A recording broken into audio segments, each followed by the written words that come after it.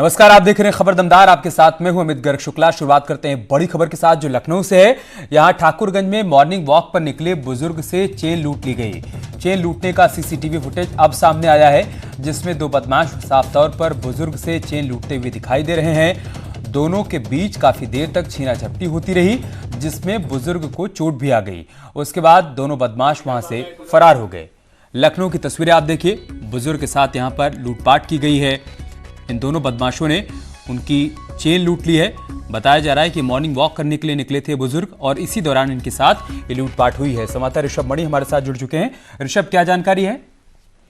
अमित, देखिए, ये बुजुर्ग एक इंटर कॉलेज के संस्थापक और कुछ समय पहले तक संचालक भी दिन सुबह मॉर्निंग वॉक के लिए निकले हैं। तो एक पतली गली है ठाकुरगंज की, वहां पर दो बदमाश जो एक अंगोछे से अपना मुंह कवर किए हुए थे, दूसरा हेलमेट लगाए हुआ था, पीछे से अचानक उनको पकड़ लेते हैं और जमीन पर पटक कर उनकी चेन छीनकर भाग जाते हैं। सीसीटीवी फुटेज में हालांकि एक पूरी घटना आ गई है।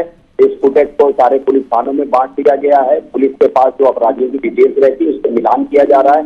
उस इलाके में इस तरह के कैसे बदमाश जो सक्रिय हैं उनसे मिलान की जा रही है। ठाकुरगंज पुलिस ने इस मामले में FIR दर्ज करके आरोपियों की गिरफ्तारी की कोशिश शुरू कर दी है।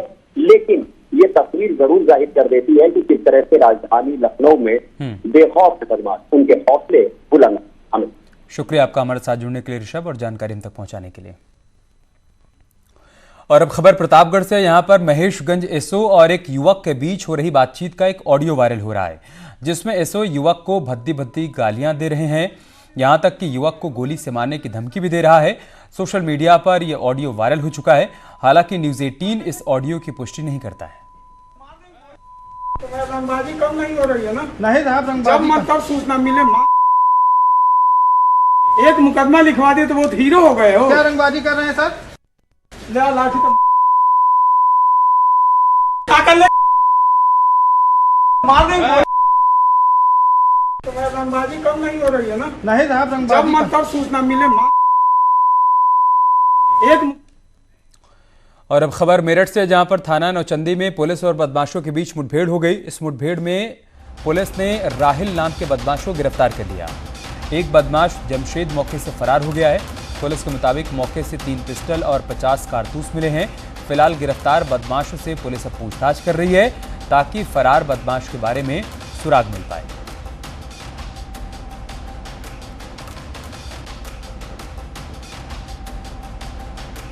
मेरठ से बड़ी खबर हम आपको बता रहे हैं, जहां पर पुलिस और बदमाशों का आमना सामना हो गया। इस दौरान दोनों तरफ से गोलीबारी हुई। पुलिस ने एक बदमाश को गिरफ्तार कर लिया, जबकि दूसरा बदमाश मौके से फरार हो गया है। पुलिस अब उसकी तलाश कर रही है। और अब खबर रायबरेली से है। यहां पर पति ने पत्नी की बेरहमी से पीट पीट कर हत्या कर दी। घटना का लाइव वीडियो वायरल हो रहा है, जिसमें शख्स पत्नी को पीटते हुए दिख रहा है। ये दिल दहला देने वाला मामला गुरबख्शगंज थाना क्षेत्र के कोरिहर गांव का है। बताया जा रहा है कि धर्मराज शराब पीता था और किसी बात को लेकर पत्नी के साथ उसका झगड़ा हो गया, जिसके बाद उसने पत्नी को पीट पीट कर मौत के घाट उतार दिया। सूचना पर पहुंची पुलिस ने शव को पोस्टमार्टम के लिए भेज दिया है और आरोपी की तलाश की जा रही है। रायबरेली की तस्वीरें हैं। हर कोई हैरान परेशान है इन तस्वीरों को देखकर। ये शख्स जो कि शराब का आदी है, इसने बेरहमी से अपनी पत्नी की पिटाई की और इतनी बुरी तरीके से पीटा कि उसकी मौत हो गई। किसने मारा है? किसने मारा है? हैं? किसने मारा है? किसने किसने मारा है? पापा ने मारा है। तो उसी से मम्मी की मौत हो गई क्या? मारने से ही मम्मी की मौत हुई क्या? और अब आपको यूपी का कोरोना अपडेट भी दे देते हैं। यूपी में अलग अलग जगहों पर आज कोरोना बम फूटे हैं। कानपुर में एक साथ 19 केस सामने आए हैं। कानपुर में 19 केस के अलावा बागपत में एक साथ 10 नए मामले सामने आए हैं। अमेठी में 9 केस, वाराणसी में 13 नए कोरोना पॉजिटिव मिले हैं। तो वहीं अयोध्या में 7 नए मामले सामने आए हैं। सबसे अधिक कानपुर में 29 नए मामले सामने आए हैं। बागपत में 10 केस, जबकि अमेठी में भी आज 9 नए मामले सामने आए हैं कोरोना के। और यूपी में कोरोना के एक्टिव मरीजों की संख्या 3,383 हो गई है। अब तक यूपी में 5,257 लोग ठीक होकर अपने घर जा चुके हैं, जबकि 230 लोग ऐसे हैं जिनकी मौत हो गई है। सरकार के मुताबिक 3 लाख से अधिक सैंपल की टेस्टिंग हुई है। सीएम का आदेश है कि यूपी में कोई भी व्यक्ति भूखा नहीं रहना चाहिए। हर हाल में लोगों को राशन कार्ड की सुविधा भी उपलब्ध करवाई जाए ताकि किसी को कोई दिक्कत ना हो।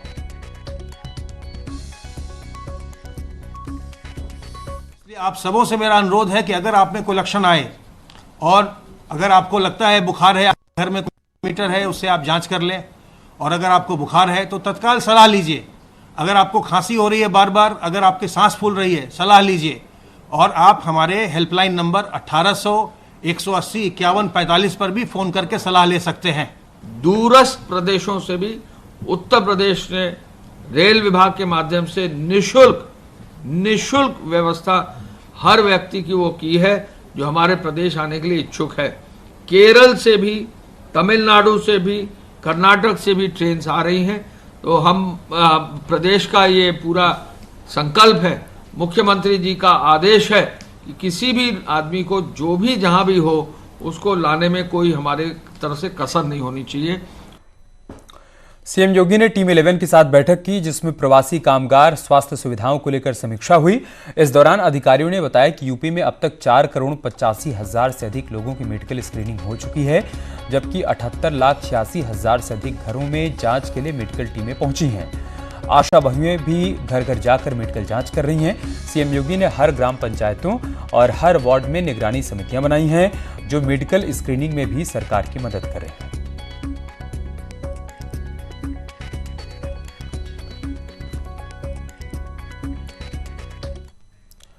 69,000 सहायक शिक्षक भर्ती मामले में हाईकोर्ट की लखनऊ बेंच ने भर्ती प्रक्रिया पर रोक लगा दी है। आज से ही काउंसलिंग शुरू हुई थी और आज ही कोर्ट का स्टे आ गया। हाईकोर्ट ने विवादित प्रश्नों पर आपत्तियों को 1 सप्ताह के भीतर राज्य सरकार के समक्ष प्रस्तुत करने के लिए कहा है अभ्यर्थियों को, और अभ्यर्थियों की आपत्तियों को सरकार यूजीसी के पास भेजेगी। इसके बाद यूजीसी आपत्तियों को देखेगी। इस पूरे मामले में अगली सुनवाई अब 12 जुलाई को होनी है। न्यूज 18 से खास बातचीत में बेसिक शिक्षा मंत्री सतीश द्विवेदी ने कहा है कि लखनऊ बेंच के फैसले के खिलाफ सरकार डबल बेंच में अपील करेगी। इसी बीच समाजवादी पार्टी ने भर्तियों में घोटाले का आरोप सरकार के ऊपर चस्पा कर दिया है। अब सवाल यह है कि 69,000 शिक्षक भर्ती कब तक कटघरे में रहेगी और शिक्षकों की भर्ती कब तक ऐसे टलती रहेगी।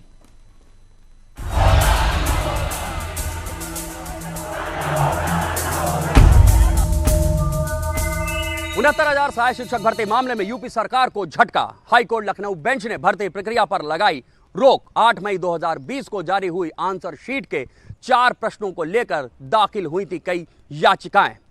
आज हाईकोर्ट लखनऊ बेंच ने उन याचिकाओं पर सुनाया फैसला। याचिकाकर्ताओं को दिया आदेश कि उत्तर प्रदेश सरकार के सामने रखें अपना पक्ष। साथ ही उत्तर प्रदेश सरकार को आदेश दिया है कि उत्तरों का परीक्षण यूजीसी से करवाया जाए। मामले की अगली सुनवाई 12 जुलाई को होगी।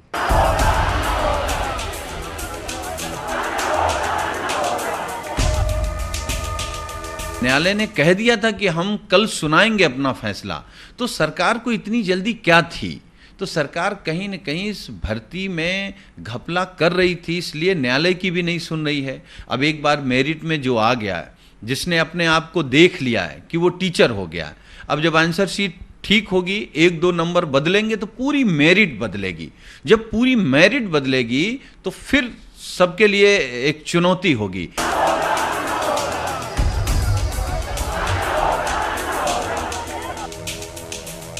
सरकार चाहती तो स्वच्छता जता सकती थी कि लॉकडाउन चल रहा है कैसे भर्ती करें, लेकिन उसके बाद भी सरकार ने तेजी से कदम आगे बढ़ाए, क्योंकि हमारी मंशा थी कि एक तरफ हमको स्कूलों को शिक्षक मिल सकें, योग्य शिक्षक मिल सकें जिससे गुणवत्तापूर्ण शिक्षा दे सकें, दूसरी तरफ 69,000 नौजवानों को रोजगार मिलेगा तो 69,000 परिवारों की व्यवस्था होगी। तो हम बहुत सकारात्मक दृष्टि से आगे बढ़ रहे हैं, लेकिन अब अभ्यर्थियों को अधिकार है, कहीं कोई असंतुष्ट होता है तो न्यायालय जा सकता है। लोग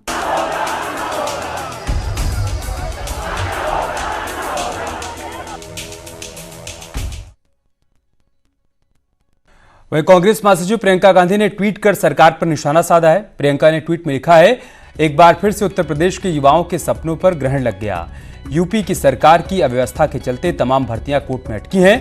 पेपर लीक, कट ऑफ विवाद, फर्जी मूल्यांकन और गलत उत्तर कुंजी यूपी सरकार की व्यवस्था की इन सारी कमियों के चलते 69,000 शिक्षक भर्ती का मामला लटका हुआ है। सरकार की लापरवाही की सबसे ज्यादा मार युवाओं पर पड़ रही है।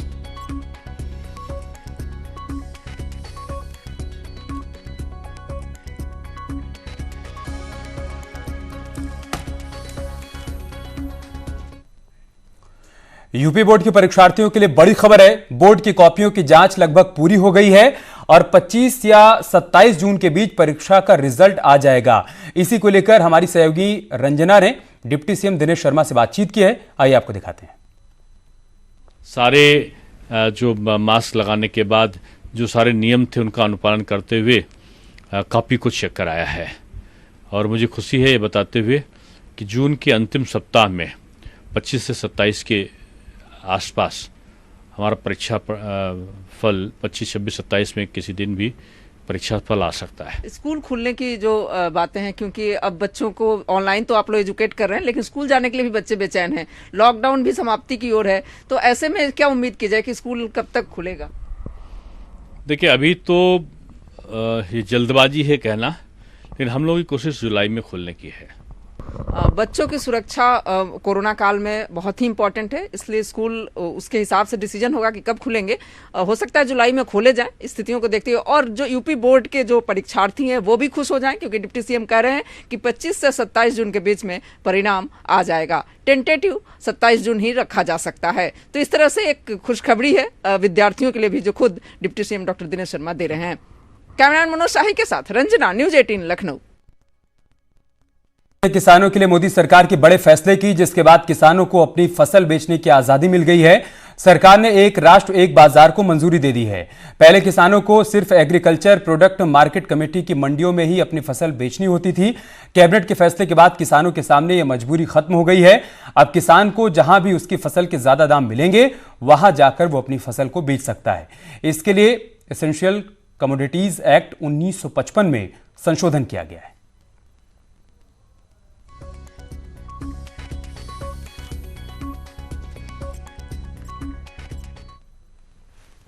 मार्केट कमेटी के बंधन से किसान मुक्त हुआ है। किसान कहीं भी उत्पादन बेच सकेगा। ज्यादा दाम देने वाले को बेचने की आजादी मिली है किसान को, और एक वन नेशन वन मार्केट के दिशा में हम आगे बढ़ रहे। आवश्यक वस्तु अधिनियम में संशोधन और किसान उपज व्यापार वाणिज्य संवर्धन और सरलीकरण अध्यादेश, और दूसरा हमारा मूल्य आश्वासन कृषि सेवाओं के करार के लिए किसानों का सशक्तिकरण और संरक्षण अध्यादेश। ये तीनों ऐसे महत्वपूर्ण निर्णय हैं कि कृषि के क्षेत्र में मैं ये कहूँ तो अतिशयोक्ति नहीं होना चाहिए कि आज का दिन एक ऐतिहासिक दिन है। जब इस बात की घोषणा हुई थी तो कई जानकार लोगों ने अपने विचार व्यक्त किए थे, तो उसमें कुछ लोगों ने यह भी कहा था कि देश तो 1947 में आज़ाद हुआ, लेकिन किसानों को आज़ादी अब इस अध्यादेश के माध्यम से मिलने जा रही है।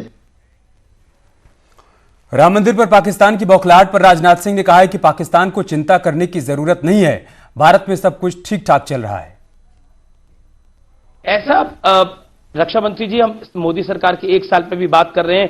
पिछले 1 साल में इस सरकार ने बहुत कुछ किया, खास तौर पर कश्मीर के फ्रंट पर, सीए के फ्रंट के ऊपर, उसके अलावा राम मंदिर की घोषणा हो गई। लेकिन जब भी कोई घोषणा होती है रिएक्शन पाकिस्तान से आ जाता है। सीए की घोषणा हुई, पाकिस्तान परेशान हो गया।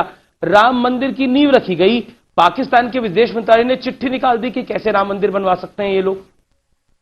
ऐसा क्यों? हमारे अंदरूनी मामलों में पाकिस्तान को बोलने का कोई हक नहीं होना चाहिए। मैंने पाकिस्तान को कहिए परेशान न हुआ करे।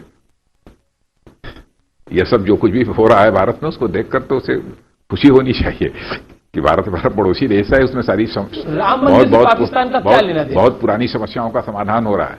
और पाकिस्तान को तो सचमुच इससे खुशी होनी चाहिए कि भारत में एक ऐसा सशक्त नेतृत्व है, एक ऐसी सशक्त राजनीतिक पार्टी है जो कहती है वह करती है। वर्षों से जो कुछ भी हम लोग कहते चले आ रहे थे अपने चुनावी घोषणा पत्र में, उन्हीं सब सारी चीजों को पूरा किया है। हमने देश को अंधेरे में रखकर कोई काम नहीं किया है। चाहे धारा 370 का मामला हो, चाहे सिटीजनशिप अमेंडमेंट बिल का मामला हो, चाहे राम मंदिर का मामला हो, किसी को अंधेरे में नहीं रखा है। 2014 में मैं पार्टी का अध्यक्ष था। उस समय जो हाँ, जब घोषणा पत्र जो बना था उसमें भी ये सब सारी चीजें शामिल। उसके पहले जनसंघ के रूप में पहला जो चुनावी घोषणा पत्र जारी हुआ था हम लोग। समस्या ये है कि आपके घोषणा पत्र में था, समस्या ये नहीं है, समस्या है कि आप अपने घोषणा पत्र को लागू कर रहे हैं। विपक्ष की भी समस्या ये है। नहीं, इसका मतलब कि भारत में हमें चाहते हैं कि राजनीति में विश्वास का संकट नहीं होना चाहिए। नेता जो कहे उसे करे, जनता यही चाहती है। और सबसे दाखला इंटरव्यू में राजनाथ सिंह ने कश्मीर में आतंकवाद और पत्थरबाजी पर भी खुलकर बात रखी और कहा कि अब हालात ठीक हैं। कश्मीरी पंडितों के मुद्दों पर भी उन्होंने बड़ी बात कही। कश्मीर को लेकर, क्योंकि आप रक्षा मंत्री हैं, कश्मीर में पत्थरबाजी की घटनाएं पूरी तरह से क्यों नहीं बंद हो पा रही हैं? देखिए, नहीं, पूरी तरह से काफी कम हो गई अब तो। अब आतंकवादी वारदातें भी अब काफी कम हो गई हैं। पहले के कंपैरिजन में तुलना करिए तो काफी कम हो गई हैं धारा 370 समाप्त होने के बाद। और पत्थरबाजी की घटनाओं में भी बहुत कमी आ गई है, अब तो नामात्र की रह गई हैं। और मैं समझता हूं कि धीरे धीरे कश्मीर के लोगों की सोच में एक बदलाव आएगा। हम कश्मीर का डेवलपमेंट करना चाहते हैं। हम चाहते हैं कि फिर से बिल्कुल कश्मीर भारत ही नहीं बल्कि दुनिया के लोगों के लिए एक आकर्षण का केंद्र बन जाए। हमारी तो ख्वाहिश ये है। कश्मीरी पंडितों को लेकर सवाल है, पिछले 6 साल की सरकार के अंदर, पहले आप गृह मंत्री थे, अब आप रक्षा मंत्री है, कश्मीरी पंडितों को कब उनके घर वापस जाने को मिलेगा? ऐसा माना जाता है कि बीजेपी कहती है, करती नहीं। देखिए, अब ये तो कोई नहीं कह सकता। विश्वसनीयता के संकट को भारत की राजनीति में चुनौती के रूप में किसी ने स्वीकार किया है तो हमारे दल ने स्वीकार किया है, हमारे नेतृत्व ने स्वीकार किया है। इसलिए यह आरोप कोई नहीं लगा सकता कि ये कब वो होगा। लेकिन अब वहां पर यूनियन टेरिटरी बन गई है। धीरे धीरे मैं समझता हूं कि सारी चीजें ये पूरी होंगी। न्यूज 18 के मैनेजिंग एडिटर अमीश देवगन से रक्षा मंत्री राजनाथ सिंह का धाकड़ इंटरव्यू आप शाम 7:57 पर देख सकते हैं।